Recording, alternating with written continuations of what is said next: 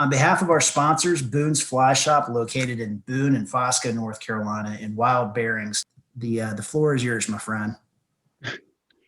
Well, thanks, Jason. It's good to be with everyone tonight, and glad everyone took a few minutes out of their night to join us.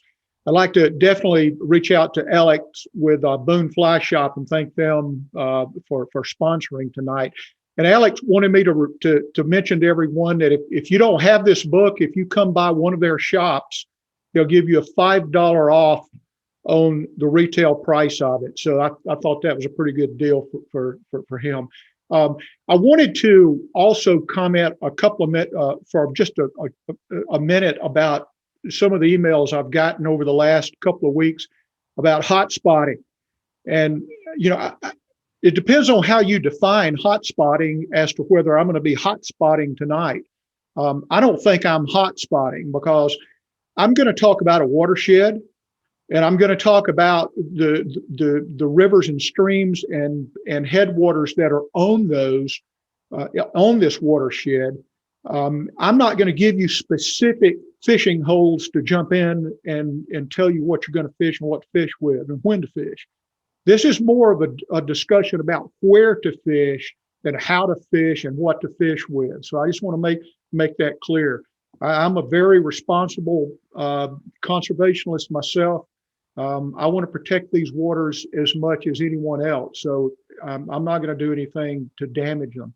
Also, a couple of disclaimers here. These are my experiences on this watershed. The fish change. Equipment is subjective depending on what you fish with. I'm going to tell you what I fish with and show you a couple of images of them. The bugs that you fish with might be the same that I fish with, but I'm a pretty simple fisherman. I fish with just a handful of bugs. The access, the whole thing about this book is that I say on the front cover, it's an almost accurate. So I'm not saying that it's perfect, but it's pretty darn close to it as best I can tell. So just keep that in mind. So let's get started. It's my pleasure tonight to talk about two things that I love. One is the Blue Ridge Parkway that I've been traversing up and down my entire life, and fly fishing. And I'm going to do it in the context of a portion of this book. Now, to some degree, this is going to be like drinking out of a fire hose, because I'm going to cover a lot of information in about 40 to 45 minutes is what I'm going to try to get this in. So hopefully I can make that happen. But let me speak for just a moment about the book itself, just so you have an idea for those of you who don't have it. It's a first-in-class book. By first-in-class, I mean that there's not another book about fishing the Blue Ridge Parkway in North Carolina, and there's not one in Virginia either, which is next. It's forwarded by Mark Woods, a friend of mine who's the retired superintendent of the Blue Ridge Parkway. Mark retired a few years ago for his tenure as the Parkway superintendent, did an amazing job in very difficult times. And he's just a great guy, and he's very gracious to agree to write my forward. This book is about 308 pages, about 145 color images, or most of them are color. There's some historic images in there too.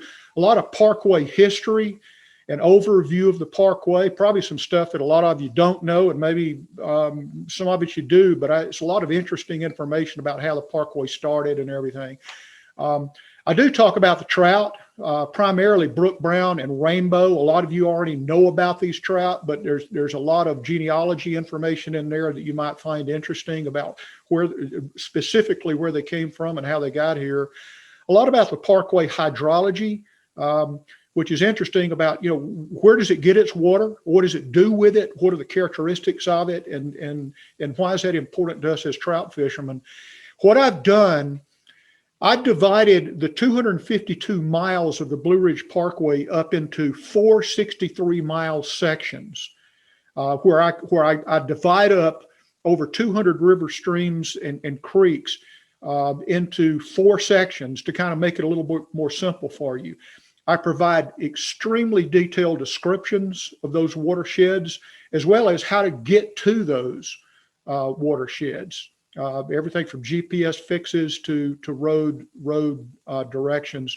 And finally, I like to know a little bit about where I'm fishing as far as the history and lore of the area, just like I'm going to talk a little bit about tonight about Wilson, some of the things about it. And also, because a lot of you contact me, this week I've had probably 6 or 8 people reach out to me and say, well, I want to come to Wilson, but, where's the nearest town to go to? And because these are people from other states, they don't know. So lodging, food, breweries, cigar shops, campsites, and restaurants. If you go to the wildbearings.com website and click on the publications link, there is a free guide for all of these sections giving you detailed information about our recommendations of where to stay, where to eat, where to buy bugs, who's the best outfitter, that type thing. So I think you'll find that beneficial.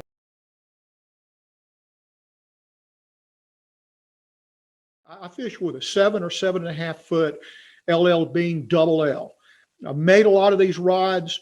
I've kept a couple of these rods for myself, and I just really like fishing bamboo. I also have graphite. I fish graphite, but I just feel good standing in a stream with a piece of grass that's been turned into something as functional as a bamboo rod. So I fish with this LL Bean. On the backside of Wilson Creek, ironically, I have a rod special for the back of Wilson Creek, and it's called the Highland Stalker. I made a series of these about 10 years ago for the Biltmore Estate, and I kept this prototype for myself. And this is a 7-foot 3-weight that I fish with. It's wrapped in brook trout colors, scrimshawed, butt cap, Damascus steel hardware. And I really enjoy fishing on the Wilson Creek watershed with this and catching nothing but little brook trout. I also get asked, well, what kind of bugs do you use, Sam? Well, all my friends that I fish with know that I don't fret over bugs because the waters along here are not that productive, and these fish are hungry all the time. So I fish a dry dropper. Typically, I'll start off with a dry dropper, a dry in the 12 to 16 range, droppers in the 16 to 20 range. The dry flies are nearly always, and my friends laugh at me because every time they see me, I'm either fishing with a caddis or parachute Adams or BWO or some stimulator pattern on top as an indicator, even in the winter. And in the summer or warmer months, I'm fishing with a hare's ear, some kind of soft tackle, a bead head, zebras, those kind of things that get down on the bottom. And then when I start getting strikes, then I'll migrate to one or the other, either top or bottom water or both. And I fish quick because these waters are not that productive. I hit a drop pool, I'll cast it 2 or 3, 4 times, and then I'm out of there. Where my friends like Chris and Michael, they'll sit there and study that thing and pull bugs and tie bugs on forever, and they'll catch a fish, but I'll be 30, 40 yards up the creek sometimes. But they typically catch as many fish or more than I do. So it's just a matter of style in the way you fish. So that's all I'm going to say about how to fish or how I fish. Let's talk about what I've done to the 262 miles of trout water along the Blue Ridge Parkway in North Carolina.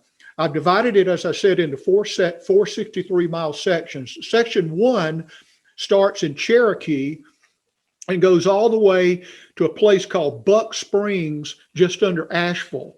Now, Buck Springs is famous because that was one of George Vanderbilt's sylvan estates, sitting up on that ridge where he could look and see his estate in Asheville, and he could look from Asheville up to Buck Springs and see it.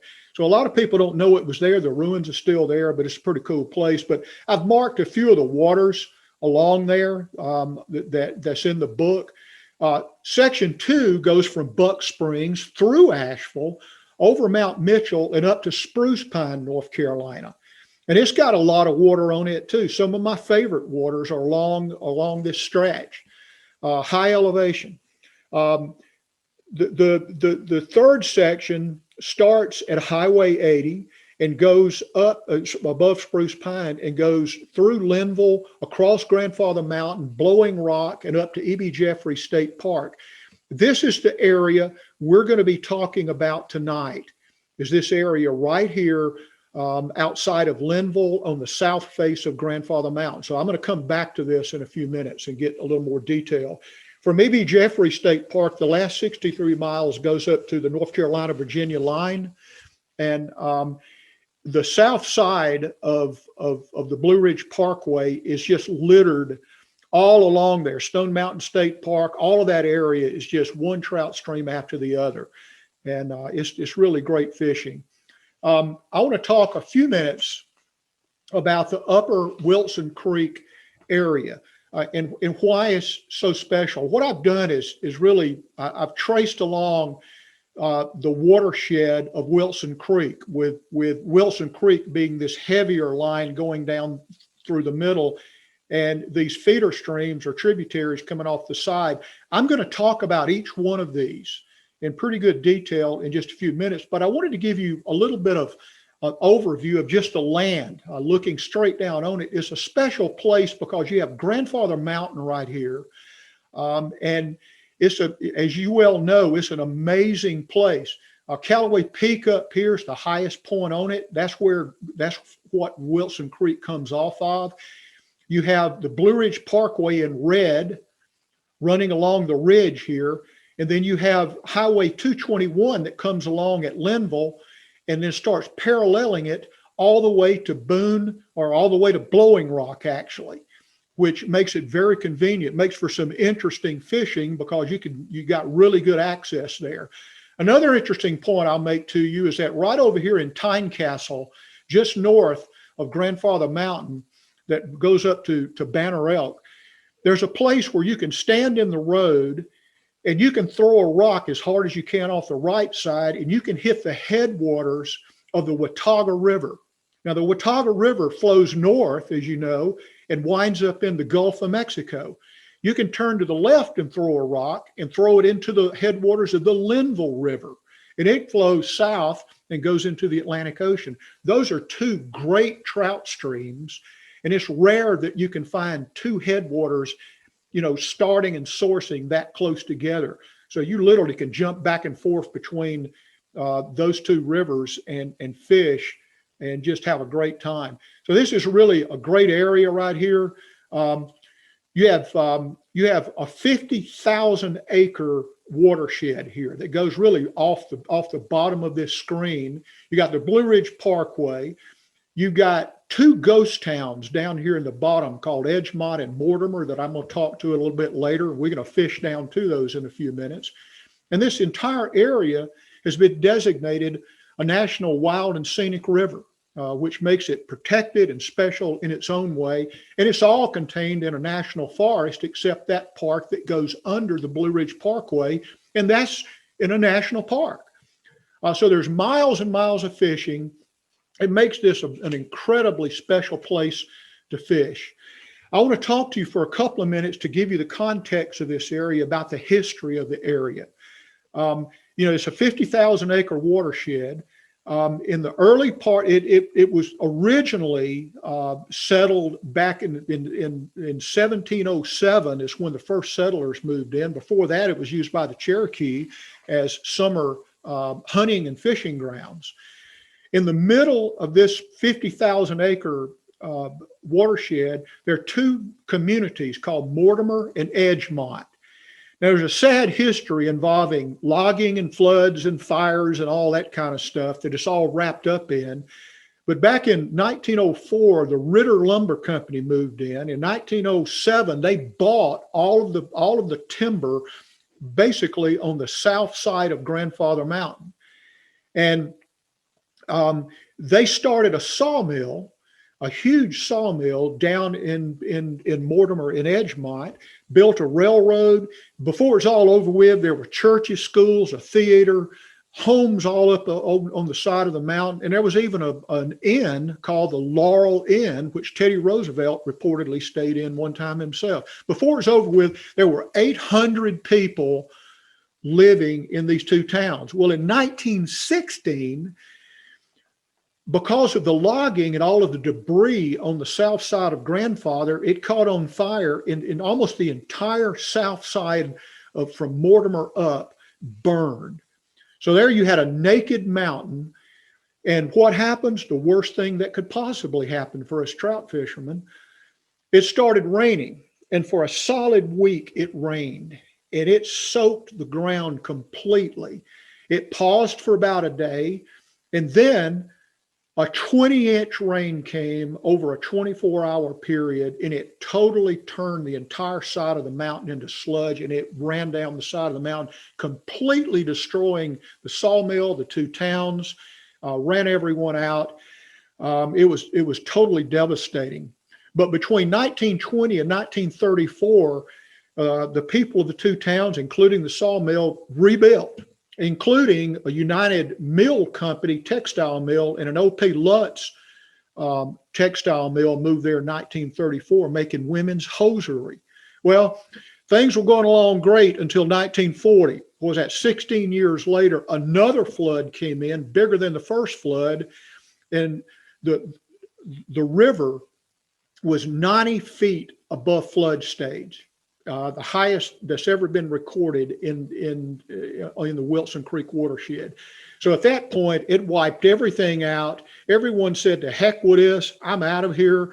And in 1941, even a CCC camp that was located there decided they'd had enough and they left too. That was during the war. So basically, since that time, there's only been around 16 or 18 families have lived there permanently in the area. The rest are vacation homes and things like that, but it's still a ghost town with a lot of remnants of the area around it, and it's worth going to see.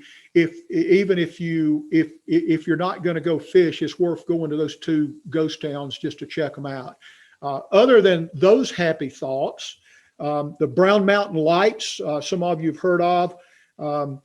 Are these lights that appear down in that area that people kind of get spooked by. I've never seen them, but there's been a lot of songs written about them, about bluegrass and country songs. And even Fox Mulder from the X-Files showed up down there one time looking for Martians. So it's kind of a famous thing. You'll see signs on the Parkway and around town, and certainly down in that area about that. So that's a little bit about the history of the area, which is very rich. Let's talk about the watershed itself and how I kind of see it. And if you look in my book, what I've done, I'm including the upper Wilson Creek watershed only.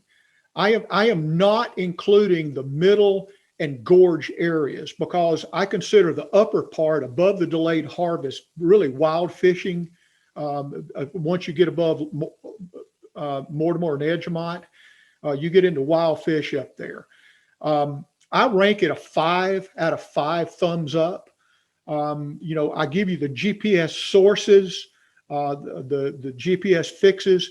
This river heads up at about 4,800 feet, right under Callaway Peak on Grandfather Mountain, and goes down to about 1,570 feet. So you can see that it's got a pretty good drop, good gradient. It's large at its mouth where Lost Cove Creek and Edgemont comes into it. In fact, Lost Cove Creek is just about the same size. I'll show you that in a few minutes. The tributaries, there are 5 tributaries. You got Little Wilson, you have Stack Rock, Bucks Timber, Laurel, and Lost Cove. I'm gonna walk you through each of these tributaries with oversight maps to get a feel for where they are, how they flow, and what they look like. The average gradient along the 9.8 miles from the source down to Mortimer is a 6.3, which is pretty mild. There's a few places on there in the lower part, especially that you can't fish pretty easily. So generally, I kind of, for effort, I give it a moderate to difficult, depending on the upper part. You get into some hand over hand climbing up there, but generally, it's not too bad to get up and down. The pressure, I call it none to slight. It's rare that I see people on the stream fishing unless I take them with me. So you don't have a lot of company. The quality is good to excellent as far as fishing.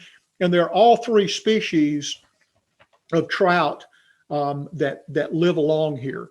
So it's a really good place to fish. Now, what I'm going to do, I'm going to start, and I'm going to give you an overview of what this watershed looks like. Now, I just showed you this a few minutes, and here it is without the water.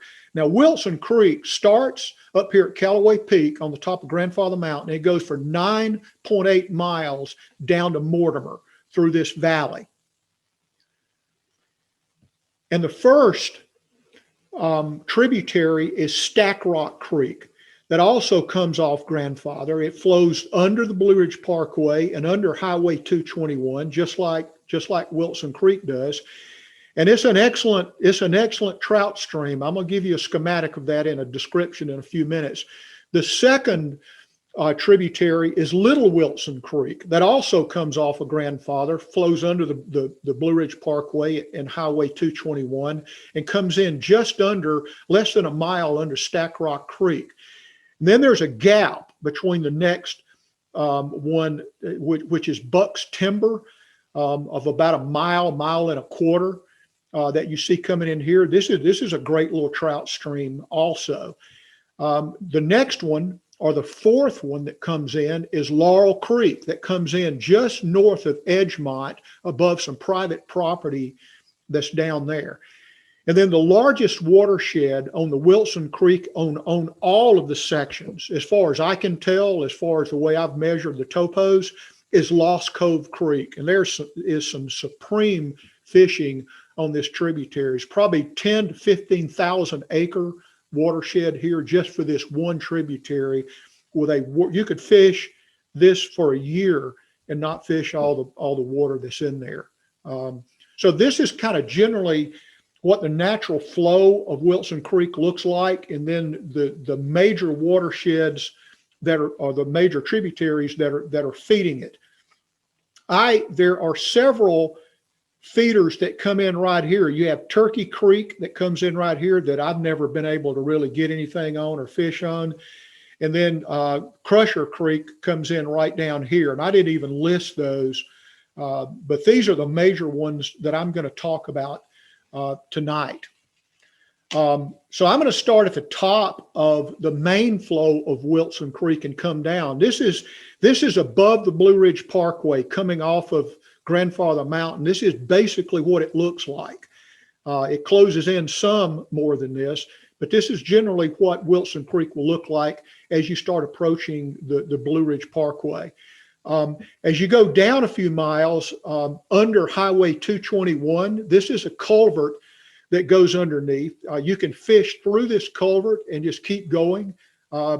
This is actually the president of our TU chapter in Dahlonega, Georgia, Bill Nelson, was fishing with me up there last a few months ago.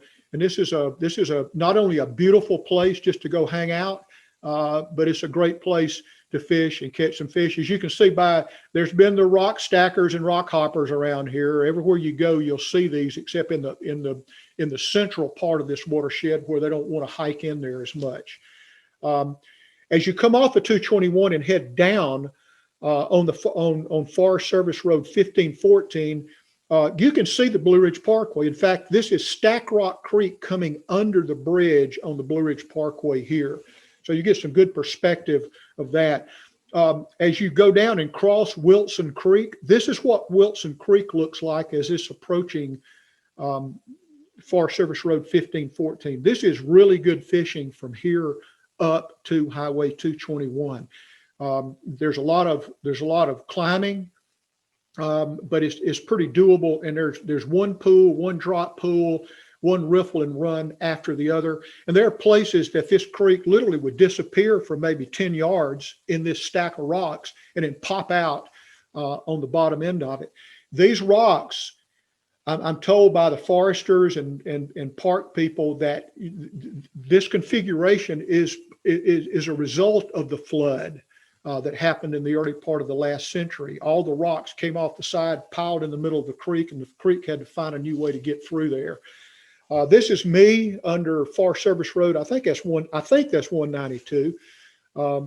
Excuse me. I tend to fish up through these culverts. Number one, it's easier than going up over the road, and there's always, especially in the summer, there are fish hanging in there hiding in that cool water and in the shade. And it's kind of kind of a fun place to fish. As you get below Forest Service Road 1514 down to Forest Service Road 192, you can see the creek starts to open up quite a bit. This is still Wilson Creek. This is the main flow as it starts to get ready to really go wild. This is another shot of it at stream level. Just you can see all of you fishermen and fisher gals. I mean, these little pools, every one of them. I'm not hot spotting here, but you know what I'm talking about. These wild fish hang out in here, and I'll cast up into this pool maybe 3 times. And if I don't get a strike, I figure the fish either aren't there or they're not hungry, and I move on to the next one. So I try to get up. As you get out into Edgemont and Mortimer, this is the old coffee, a very famous place, Coffee Hardware, general store. And it's now turned into, they serve a little bit of food in there, but mostly it's a museum that you can go in and see about the flood, read papers, see images. It's an amazing place to go. And all around this are foundations and other structures that were there during the flood. So it's a really neat place to go. All of the water along Mortimer and Edgemont is private club water, as best I can tell. I mean, I know it is, but unless it's changed recently, unless you've got permission to fish there, you can't fish right through this area. Plaques, CCC camp, a great CCC effort was there. They were the last to leave, by the way, during the war. And then right below Edgemont, the Pisgah Game Land starts. And this is the beginning down into the midsection of the delayed harvest section, which is some excellent fishing all the way down to the beginning of the gorge section. This is getting into the midsection. It really opens up. I mean, you get 10, 15 yards across in some of these areas, a lot of rock slab formation, rock, gravel, sand. The river really gets a pretty good size there because you've had Lost Cove come into it, and you've had it combined with Wilson, and it gets a lot bigger there.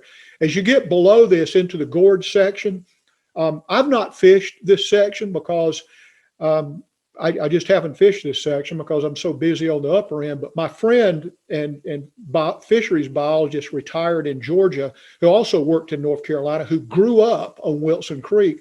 When he was a kid, he used to come down into this gorge section and spearfish bass and brim and panfish. So he loves this area too, grew up, still has some property up here, I believe, that he comes back and forth to.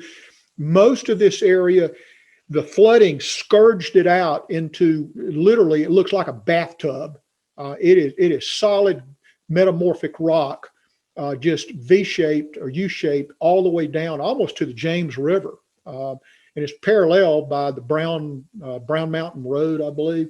So there you are at the bottom of the gorge, and what I'm gonna do now is turn around. We're gonna head upstream to the first tributary, or really the last tributary coming in to the upper Wilson Creek watershed, and it's a creek called Lost Cove Creek. This is that big watershed I told you about. I give it a 5 thumbs up. It heads up at about 3,700 feet. Where it comes into the Wilson Creek is about 1,525. It's medium sized at its mouth, and it meets Wilson Creek and basically doubles the size of Wilson Creek there at that confluence. It has really 3 really good tributaries or feeders: Sassafras Creek, Little Lost Cove Creek, Grag Prong, which is the largest one by far, and then Rockhouse Creek, which is probably between Rockhouse and Sassafras are my 2 favorites. This thing runs for about 9.6 miles. It can be moderate to difficult. Pressure, again, you're not going to see anybody on this creek. I think the fishing quality is good. Rainbows and browns primarily is what I have caught on there. I understand in some of the headwaters there are some brooks.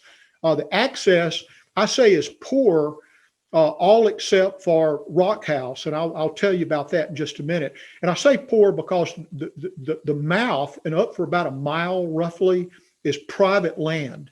where people live in there, and you have to get above that. I've never asked for permission, but generally speaking, if you look at here's Edgemont and Mortimer over here. Here's the main flow of Wilson going up to Grandfather, and here's the flow of Lost Cove Creek over its 9+ mile run. It's got a long run through a great valley, runs over here, and one point is less than 0.3 miles from the Blue Ridge Parkway. Then it parallels it and runs southwesterly with it before it turns back and runs. The tributary system, or the feeder system, the Sassafras Creek, which is right over 1.5 miles long, is the last one that I have fished. There are some smaller ones up here, but I'm not sure that they're worth the effort. Little Lost Cove Creek is a really small creek, also about 1.3 miles, but definitely fishable and worth the effort. As you approach Grag Prong, which is the largest and longest one, it's about 5.1 miles long. And as you can see up here, it goes through some holdout private property up in here. Then it reemerges, heads back up into the National Forest, and you can fish it again. Road and good trail system along that. And then my favorite is Rockhouse Creek for a lot of reasons. Number one is the bottom part of it, the majority of it is open. And it's parallel by a road. This is the 5th tributary of Wilson. The mouth, the first 2.9 miles from here up to just at Grag Prong runs through private property.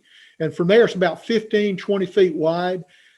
Forest Service Road 981 parallels Rock Creek Road, right, or Rock Creek. So that's the road I was telling you about. It's clearly visible on most good topo maps or Forest Service map.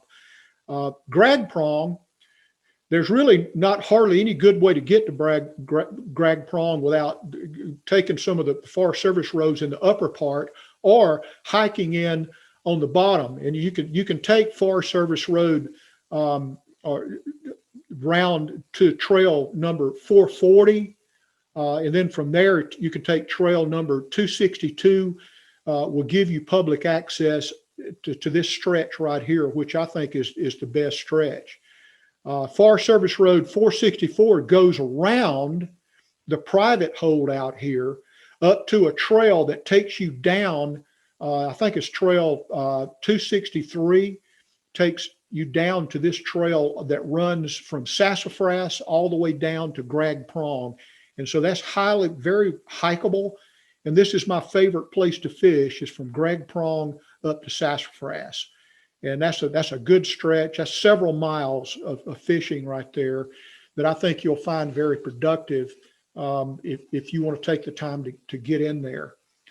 So that's a really good watershed right there. Here's some images of it where it confluence with Wilson Creek and Edgemont. This is Lost Cove coming into Wilson Creek, and you can see that it's about the same size as Wilson Creek. And so it comes underneath there, up in the area below Sassafras and below Grag Prong. It opens up into some areas like this with these great dark, tepid water drop pools that you can see. And they all have some really pretty little brown trout, some rainbows in there that I've really enjoyed catching down through the years. As you get up closer to Sassafras, this is what it'll look like. You see this drop pool, here's another drop pool, and it's just a stair effect going up the river from there. So I think you'll find a lot of really good fishing there that you'll go back to. If you do it once, you'll want to take someone back there. 4th tributary coming into Wilson Creek is Laurel Creek. Now this is a small blue line stream. I had not fished this stream before last year. A lot of my friends have, and had told me about it. And so I fished it, and I agree with them. This is a great little stream right here. The mouth is on private land though. So to access it, you get off the Forest Service Road 45, which turns into 45 after it's 1514. It gets confusing in there, but it's the main road coming down from the top up there. You can rappel off the side of the road down into the creek and get there. It only has one tributary that I've been able to find either on a topo map or find in person. It's called Poplar Springs Branch. I didn't do any good on this branch. I fished about 100 yards up it, and I thought I'd probably get in some little brook trout, but I didn't. Maybe you'll have better luck than I. It's got just a mile gradient over its 2.3 mile run, drops about 1,000 feet. You can see the effort there can be difficult on the upper part of it. You're not going to have any pressure on it. Quality's average. And all I've caught on here, or my friends have caught on here, have been rainbows and browns. Although a lot of these fish tend to be larger because of the delayed harvest section that's just below there and the private section that has nothing but pigs in it. I mean, there's some huge fish in there, and some of those fish come up here. So there's no telling what you may run into there. Access is okay because you basically get off the side of the road, get out on the side, and I didn't find a trail along there other than a rough trail. But this is the flow of Laurel Creek coming into the north part of Edgemont. This is all private from here down. In fact, you can see on this slide a lot of the rock and or development is in here from the floods, a lot of rock fills and things like that. But the Forest Service Road comes in from the side, 1514 or /45, and about right here, you can park and go down to the creek and fish up to Poplar Springs branches as far as I've gone. There is a Forest Service road that cuts across the headwater up here. I've been there, but it just didn't look like I wanted to invest the time to fish. It was so small. So good luck with that. At the mouth, this is what it looks like. It's about 5, 6, 7 yards across, relatively flat. Some really good pools and runs and riffles and drop pools that you can see there. Really nice brown trout that I've caught. This one is about 12, maybe 13 inches long. Great color, just really good fish in there. The next watershed up is a creek called Buck's Timber Branch. This is the third tributary. Now, I'm gonna show you why in a minute, but I threatened to petition the National Forest Service to change the name of this from Buck's Timber Branch to Buck's Timber Rattler Branch, because every darn time I go to this creek down through the years, I've encountered a timber rattler or a big banded water snake. It just seems to be a lot of snakes around there. And I talk about that in my book and why that's the case, but it's just got a long story that we don't have time to talk about tonight, other than if you go down there, watch out for snakes. The confluence into Wilson Creek is on private land, but access, you can take trail number 257, or I think it's off of Forest Service Road 4001, or down from Forest Service Road 1514 will get you down. So you can come down 4001, hike down that old trail roadbed, or you can take 257 down from 1514. Will get you on there. Up from there are no trails though. No trails that I found along any of either Buck's Timber or Cary Flat Branch or Flat Land Branch. It's about a 3-mile creek, moderate to difficult just because of the trail system doesn't exist. So your trail is in the middle of the creek. I think the fishing's really good. You're not going to see anyone on it, and all 3 fish are on there. And this is what the layout looks when you look at Wilson Creek. This comes off just west of Wilson Creek, running just under the little community of Gregg, which I understand is a lot of the landowners and gentry owners that owned a lot of this property in the early part of the last century. They still have a hold out here that there's a lot of people live in. And for 3 miles it runs, and then you got Flat Land Branch is about a mile long tributary that is fishable but hard to fish. And then you've got Carey Flat Branch, which is the second one that comes in right at the top of the private land. This area right in here is private land. I've walked through it before. I've never had anyone approach, but I didn't fish it. But using my topo and GPS, I get right on the boundary there, and then I fished up flat land, caught some nice fish along there, and I did the same thing with Carey Flat as well as Buck's Timber. Here's the reason I said be careful. I took this image several years ago when I was there, and this was off of 4001 trail, old road going down there, and this rascal was just laying right in the middle of a rock, right in the middle of the road there. And what a beautiful animal! But just be careful if you go down there. This is generally what Buck's Timber looks like. It opens up in certain areas and then closes back in, but it is rock garden after rock garden, a lot of climbing, but a lot of really good fishing along there. Some little brook trout that you'll find, especially around the headwaters of it and down around the mouth. And look at this little rainbow here, how fat this rainbow is, and just the beautiful coloration of this little rainbow I caught last fall. No, two falls ago on there. Just a really, really beautiful place to fish.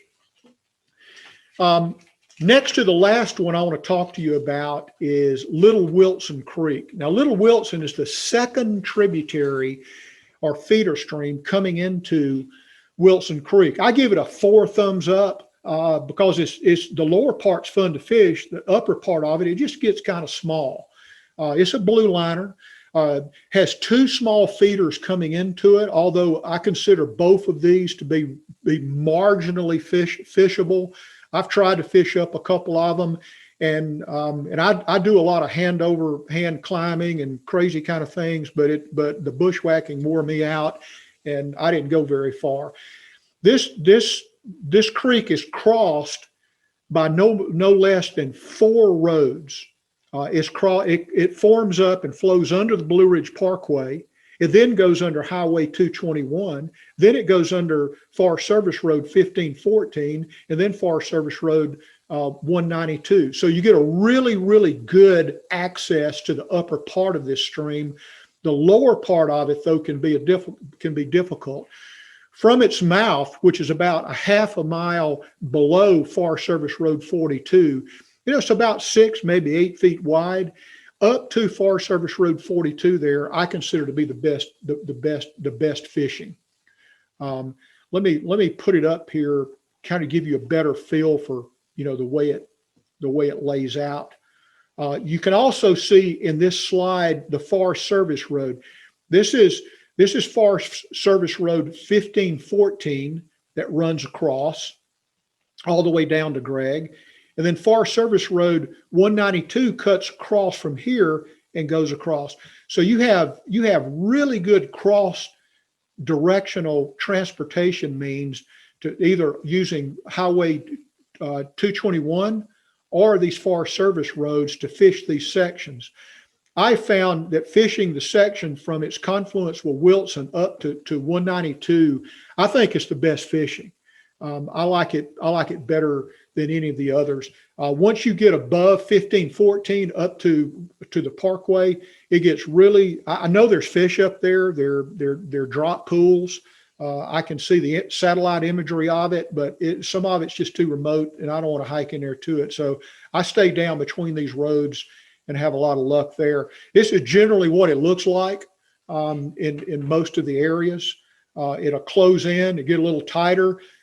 Browns and rainbows primarily is what I've caught along this area. This is a little drop pool here. You can see I like to sneak up. This is a drop coming in. I'm standing about chest level with the exit here, And, you do a little roll cast over this rock and lay a caddis or a little beadhead or some kind of soft tackle up in here. If there's a fish in there, they're probably going to hit it if they're eating. And if you cast up in there a couple of times and don't, I mean, my fishing style is to get the hell out of there and move on up to where somebody's hungry. The last creek I want to tell you about is a very special creek called Stack Rock Creek. And I know those of you who have traveled the Blue Ridge Parkway, you've traveled over this bridge many times, and the iconic stacked rocks that you see over that to the south side of the bridge there, and the depth of the cut under that bridge is just astounding. This is the first tributary that feeds Wilson Creek. It has one sizable feeder that I'll show you in just a minute called Andrews Creek that starts about a half a mile above its mouth. I didn't even know about this creek because I'd fished the upper part, not the lower part, until one of my friends here in Georgia, an ex-fishery biologist, and also in North Carolina, the guy I mentioned earlier that grew up on Wilson Creek, Monty Seahorn, said, Andrews was one of his favorite creeks as a kid. Said he used to go over there and just catch stringers of brook trout. Back in those days, people went fishing to eat, and that's what they did. And so he really likes Andrews Creek, and I've grown fond of Andrews Creek now that I know how well it fish. I go down there further now to get to it. It's got a moderate 12.1 degree gradient over the 3.4 mile run. I consider it moderate to difficult just because it's called Stack Rock Creek, and I'll show you in a minute why is called that. You're not going to get any pressure on this. Fishing quality, I think, is average to good, and you're going to get all three species of trout on that creek. And as you see it coming off of Grandfather Mountain, or just south of Grandfather Mountain, right to the south of Linco Viaduct, you immediately goes under Highway 221 and the Blue Ridge Parkway, and then under Forest Service Road 1514. And then 190 to 192 comes across it down here.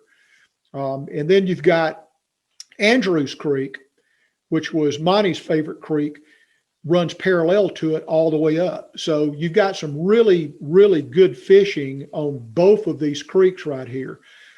Forest Service Road 192 and 1514, the 1.6 miles between those, you're not going to have any trails up in this area right here, up. And so it's really hard fishing, but I think it's really good fishing up there. Above this area, you get into about a 35% gradient, and that's to me, that's almost vertical climbing, and I don't do too good in that. So this is one of my favorite creeks of the watershed, aside from Lost Cove Creek and aside from the main run of Wilson Creek. So that's Wilson Creek and 5 of the watersheds that I like to fish. Above Stack Rock, or just to the north of Stack Rock, you've got the Linco Viaduct between it and Wilson Creek. Here's why they call it Stack Rock Creek, because it's stacked rocks nearly all the way up because of the flooding. So you look for drop pools and runs and riffles to fish, and you'll find fish in there, mostly because not a lot of people go back up in there to fish, and the fish are not really that spooky. The little brook trout, you look at the size of this bug to the size of this fish, that shows you how hungry and how aggressive these fish are. A little rainbow, just a beautiful little colored up rainbow at one of the falls there. So that's Stack Rock. This is me starting fishing on Stack Rock. I actually know I'm starting on Andrews Creek one morning. And about 6 hours later, this was about 6 years ago, this is me after that day of fishing. I am absolutely worn out and ready to smoke a cigar and drink a beer, which is what I like to do after fishing up there. So that's kind of my take on Wilson Creek. I'd be happy to answer any questions. if we open up the chat right there, I want to remind you that if you want one of these books, go to wildbearings.com. If you want the directions and a lot of other information that we have free on there, go to the publications page. And also special thanks to Boone's Fly Shop.